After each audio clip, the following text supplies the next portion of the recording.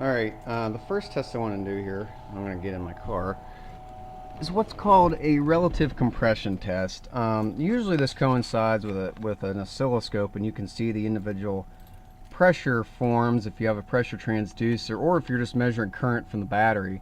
You can see, excuse me, you can see the ripples produced by each cylinder as the starter will draw more power because of the compression in the engine. As each cylinder comes up the top dead center, you can actually see it, and if you overlay it with like a picoscope with a ignition input, you can actually tell which cylinder is which. It's pretty freaking cool. See Scanner Danner on YouTube for some of that stuff. He's the scope master on that stuff.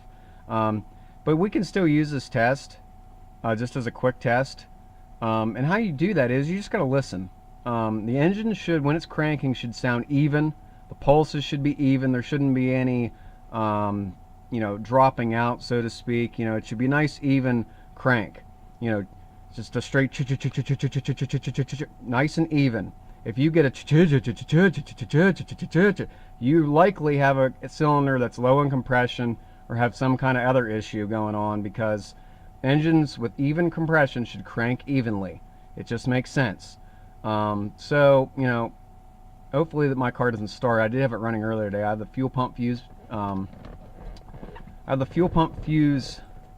Out, so we don't have any fuel pressure. But like I said, I did have it running, so residual pressure, if there is any, could make the car start. And I'll let it die and then proceed with the test.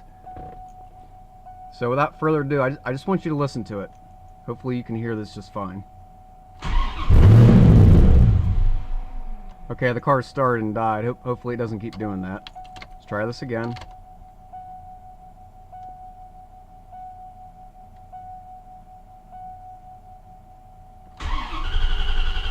You hear how even it is?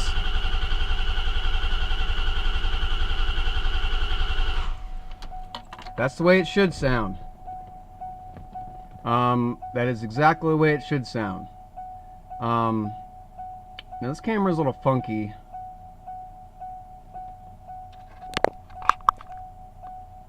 And what I'm going to do is I'm going to set this up as a still shot and show you cranking vacuum. And I'll show you how I have this set up. What I've done is I've simply gone to the vacuum port here. Hopefully you can see that. Yeah, right there, right here. And just hook my vacuum gauge in. And I'm going to set up my little, you can see my vacuum gauge there. I'm going to set up my homemade little stand here for this camera. Just testing it out earlier, it worked pretty good. So you can watch cranking vacuum. Oh, there's glare on it. It sucks. I have pretty good lighting in here, which is both a blessing and a curse. It kind of stinks right now. It's good most of the time. Come on.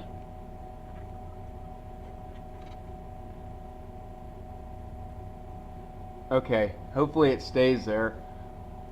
You can't really see the top of the gauge though. Let's try a different location here.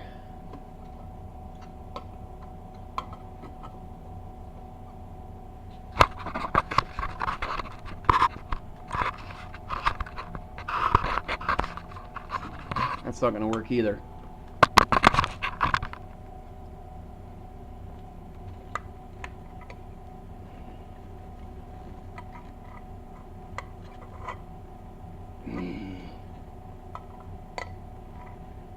You know what?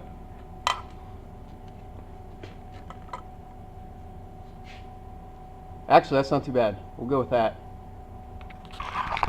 You can see the important part of the gauge. Let me crank this engine over.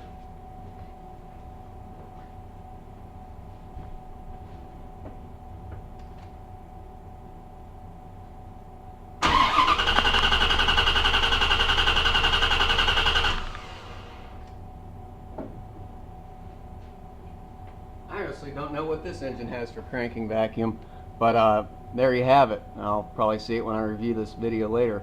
But simple test, should be 3 to 5 pounds, inches of mercury when you're cranking it. That shows good cranking vacuum. At this point, I'm going to set up for a couple other tests, and we'll get engine running vacuum, and we'll also do some fuel pressure stuff. So I'll set up for that, and we'll be back.